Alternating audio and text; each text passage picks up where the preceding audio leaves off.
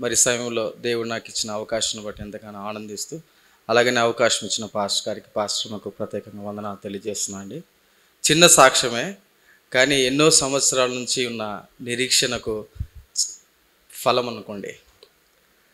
మన last 2 days back, I think Thursday రోజున brother Harinath Reddy వాళ్ళ ఇంట్లో మరి వారు ఇన్వైట్ చేసినప్పుడు, వాళ్ళ ఇంటికి వెళ్ళినప్పుడు మరి ప్రేయర్ చేస్తున్నాం అనమాట. ప్రేయర్ చేస్తున్నప్పుడు మరి పాస్టర్ గారు ఒక మాట చెప్పారు, ఈ రోజు నుంచి ఫైనాన్షియల్గా మరి ఇక్కడ ప్రేయర్ జరుగుతుంది, ఎవరి జీవితంలో కూడా ఆర్థిక ఇబ్బంది అనేది మరెన్నడూ చూడరని. మరి నిర్గమకాండం 14వ అధ్యాయం ప్రకారము ఫరో సైన్యము ఎర్ర సముద్రంలో ముంచివేయబడిన రీతిగా మీ అప్పులు, మీ సమస్యలన్నీ కూడా ముంచివేయబడుతున్నాయి. మరి 3 రోజుల్లో మీరు ఒక అద్భుత కార్యం చూస్తారని మరి చెప్పారనమాట. అయితే విశ్వాసంతో నేను కూడా నమ్మాను అనమాట. నమ్మితే ఏం జరుగుతుందబ్బా, అసలు ఎన్నాళ్ళ నుంచి చూడలేదు అసలు. 15 సంవత్సరాల నుంచి మరి ఎటువంటి సక్సెస్ చూడలేదు నేను. 15 years నుంచి, లాస్ట్ 15 years నుంచి ఎలాంటి పరిస్థితులు అంటే చాలా భయంకరమైన పరిస్థితులు. నేను ఉండే ప్రాంతం మణికొండ ప్రాంతం. కొండలాంటి ఆకలి నాకు, చెరువు లాంటి దాహం నా పరిస్థితి. ఎలా అంటే గన భయంకరమైన పరిస్థితి. దేవుని కృపను బట్టి 2005, 6, 7 నుంచి కూడా దేవుని యందు భయభక్తులు కలిగి ఉన్నా కానీ ఎందుకో ఏమీ జరిగేది కాదు. చాలా పెద్ద పెద్ద విషయాల్లో దేవుడిని బ్లెస్ చేస్తా అని చెప్తాడు, తీరా చూస్తే ఏమీ అక్కడ కనిపించదు. సరే, 2008లో విజయరాజన్న గురించి మరి నేను విన్నాను అనమాట. అయితే సాక్ష్యమే చెప్తాను, ప్రసంగం ఏం చేయను, ఎందుకంటే సాక్ష్యమే ప్రసంగం అయిపోతుంది. 2008లో అన్న గురించి, విజయరాజన్న గురించి ఉన్నప్పుడు డానియల్ బ్రదర్ అని మా స్టూడెంట్ అనమాట. ఆయన మాకు పెద్ద అనమాట, మా ప్రొద్దుటూరులో. ఆయన అన్న గురించి చెప్పినప్పుడు 2009లో ఒక సమస్య నన్ను వేధిస్తుంది. నేను అడిగాను అనమాట, ఎవరు దీనికి పరిష్కారం చూపించగలుగుతారు, ఎవరు ప్రార్థన చేసి చెప్పగలుగుతారని. ఒక వ్యక్తి ఉన్నాడు, నాకు తెలుసు, కానీ ఆయన ఉండే ఇల్లు నాకు తెలియదు అన్నాడు. ఇదేంటిది, ఆనందమా లేకపోతే బాధనా అసలుకు అని. సరే, ఆ వ్యక్తి గురించి కనుక్కుందామని నేను, ఆ డానియల్ బ్రదరు ఇప్పుడు విద్యోపదేశంలో ఉన్నాడు, ఇద్దరము 3 రోజులు, మీరు నమ్మరు ప్రియమైన వాళ్ళరా, 3 రోజులు విజయరాజన ఇంటి గురించి ప్రతి ఒక్క గల్లీ తిరిగాం. చివరికి 3వ రోజు కనుక్కున్నాం.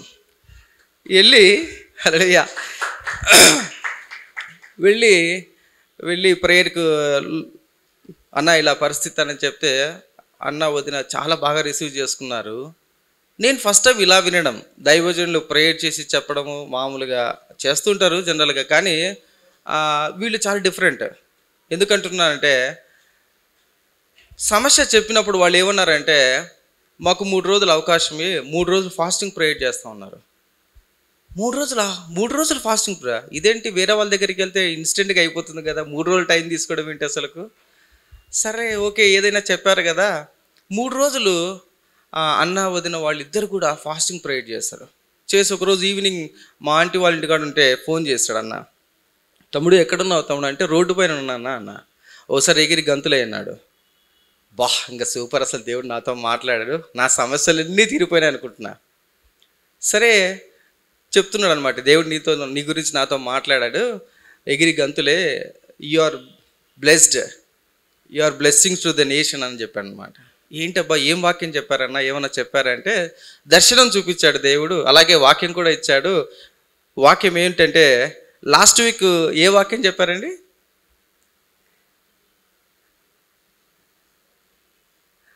యాకోబు పత్రిక నుంచి ఒక వాక్యం చెప్పారు. ఆ వాక్యమే యాకోబు పత్రిక 1వ అధ్యాయము 2, 3. ఎగిరి గంతులే తమ్ముడు అంటున్నాడు. ఎగిరి గంతులేయడం ఏంటి, శోధనలో వస్తే గంతులేయడమా?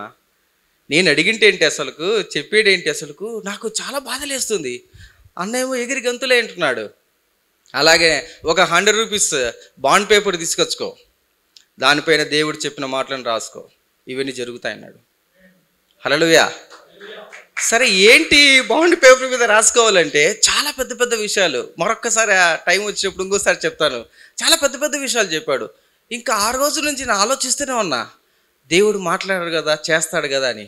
ఆ రోజు నుంచి స్టార్ట్ అయ్యిందండి నాకు లైఫ్లో ఇంకా టెన్షన్స్, శ్రమలు, కష్టాలు, దుఃఖాలు, వేదనలు, శోధనలు, భయంకరంగా నిరాశలు, నిట్టూర్పులు ఎన్ని ఉన్నాయో, బైబిల్ ఎలాంటి రకాలు ఉన్నాయో ప్రతిదీ నాకు రావడం.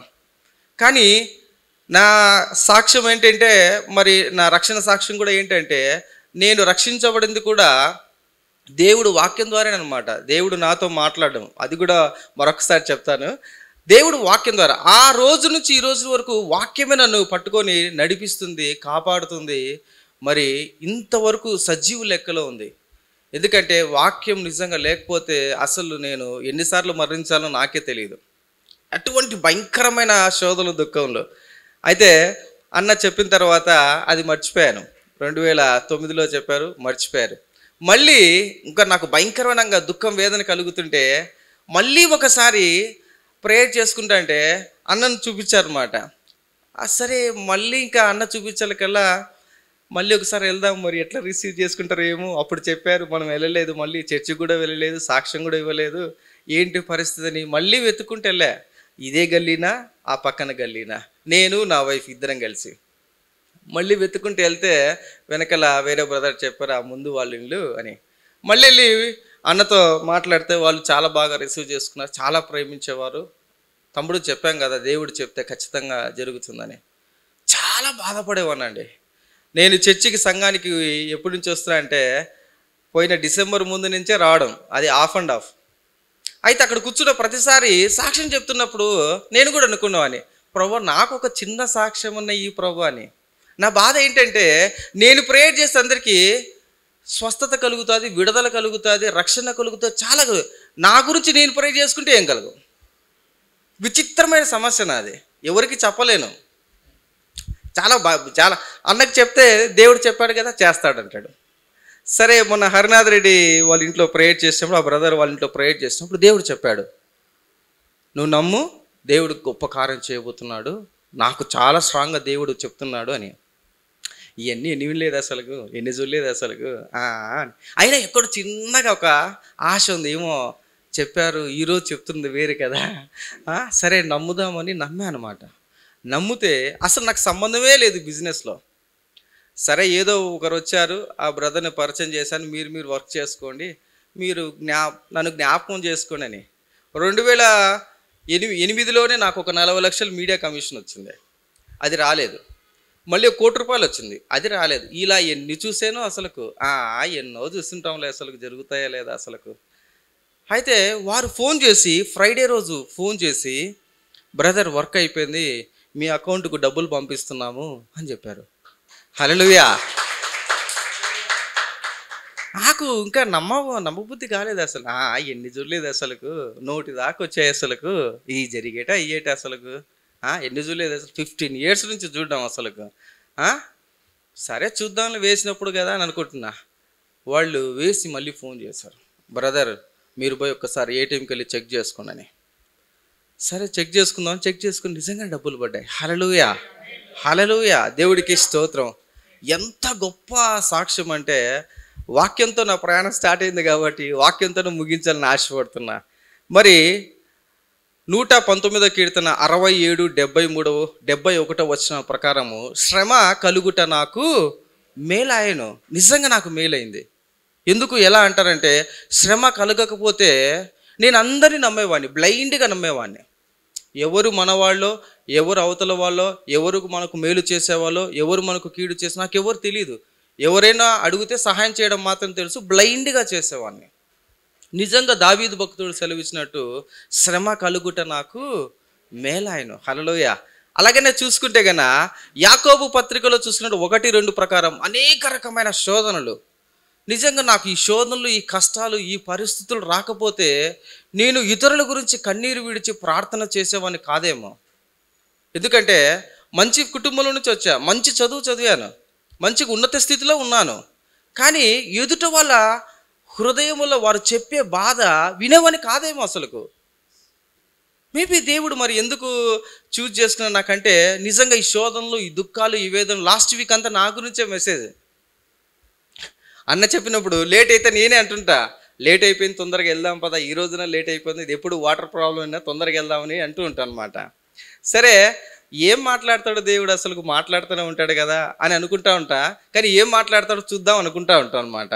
అయితే లాస్ట్ వీక్ అంతా మెసేజ్ నా గురించే, ప్రభా ఏదో కార్యం నువ్వు చేస్తున్నావు ప్రభా అని. లాస్ట్ మాట నా హృదయానికి బాగా టచ్ అయింది. 5వ వర్డ్, 5th పాయింట్ ఏంటండి, ఆశీర్వాదకరంగా ఈ శ్రమలు ఈ శోధనలు మీ జీవితాల్లోకి దేవుడు అట్లా మారుస్తాడు. నిజంగా నాకు చాలా సంతోషం అనిపించింది. అలాగ చూస్తే గన మరి నా పరిస్థితి ఎలా ఉంటే, అంటే బ్యాంకులో వచ్చింది మరి లక్షలు ఏమైనా కోట్లు పడ్డాయని అనుకుంటున్నారేమో, ఏం కాదు. దేవుడికి స్తోత్రం. చిన్న సంఘటన, చిన్న కమిషన్ కానీ నా హృదయానికి నా జీవితానికి ఇది నిజంగా చాలా బలం ఇచ్చింది. ఎంత బలం ఇచ్చిందంటే అంత బలం ఇచ్చింది. ఎలా అంటే మొదటి రాజుల గ్రంథము 18వ అధ్యాయము 43వ మాటలో ఏలియా భక్తుడు చెప్తాడు తన దాసుడికి పిలిపించి, ఏంటంటే వర్షం స్టార్ట్ అవుతుంది పోయి చూడంటే, చూస్తే చిన్న అరచేయి మాదిరి మేఘం కనిపిస్తుంది అని చెప్తాడు కదండి. తర్వాత అందరికీ వర్షం ఉన్నట్టు మనకు తెలుసు అందరికీ. అలాగనే ఈ దైవజనుడు ప్రార్థన చేసినప్పుడు కూడా నిజంగా ఆయన పేరు ఈయనకు సార్థక్యమే అనుకుంటా. హల్లెలూయా. ఎందుకంటే రేర్ పీస్, ఇలాంటి దైవజనులు నేను ఎప్పుడు చూడలేదండి. అసలు చాలామందిని చూశాను కానీ ఇలాంటి దైవజనులను ఇలాంటి విశ్వాసం కలిగిన దైవజనులు నేను చూడలేదు. చాలామంది నా గురించి ప్రేయర్ చేశారు, చాలామంది. మా అబ్బగారు పాస్టరే, మా నాన్నగారు పాస్టరే, మా బావగారు పాస్టరే, మా కజిన్ చాలామంది పాస్టర్లు ఉన్నారు. ఎంతమంది ప్రేయర్ చేసినా కూడా ఎందుకో నాకు మరి ఎక్కడ బ్రేక్ అనేది రాలేదు అసలుకు. ఈ దైవజనుడు మొన్న 2 days బ్యాక్ హరినాథ్ బ్రదర్ ఇంట్లో ప్రేయర్ చేసినప్పుడు చెప్పాడు, నువ్వు చూస్తావు తమ్ముడు అన్నాడు. నువ్వు చూస్తావు అన్నాడు. ఖచ్చితంగా స్టార్ట్ అయింది, నువ్వు చూస్తావు అన్నాడు. దేవునికి స్తోత్రం. నిజంగా ఆ చిన్న మేఘమే కానీ నా జీవితానికి నా హృదయానికి ఎంత ధైర్యము ఎంత బలం అంటే, పాట పాడుతుంటే ఇప్పుడు దాకా ఆరాధన చేస్తుంటే కళ్ళ నుండి ఏడుపు వస్తుంది, దుఃఖం. అసలు ఎంత భయంకరమంటే అంత భయంకరమైన సిచ్యువేషన్ నాది, ఎవరికి చెప్పలేను అసలుకు. ఎంత దుఃఖం అంటే సొంత వాళ్ళే ద్వేషిస్తారు. డబ్బులుంటే ఒక రకంగా, డబ్బులు లేకపోతే ఇంకొక రకంగా, అవసరం ఉంటే ఒక రకంగా, అవసరం లేకపోతే ఇంకొక రకంగా. కన్న వాళ్ళకి, అటు స్నేహితులకు, బంధువులకి, అందరికీ ఇష్టం లేని వాడిని, కానీ దేవుడు మాత్రం నాకు తోడుగా ఉన్నాడు. నిజంగా మరి ప్రత్యేకంగా అన్నకు వదినకు హృదయపూర్వకంగా వందనాలు తెలియజేస్తున్నానండి. ఆ దేవుడు చిన్న కార్యం చేశాంటే నా జీవితంలో మరి పెద్ద కార్యం చేయబోతున్నాడు. హల్లెలూయా. దేవుడు వాక్య భాగాన్ని దేవుడు దీవించి ఆశీర్వదించును గాక. ఆమేన్.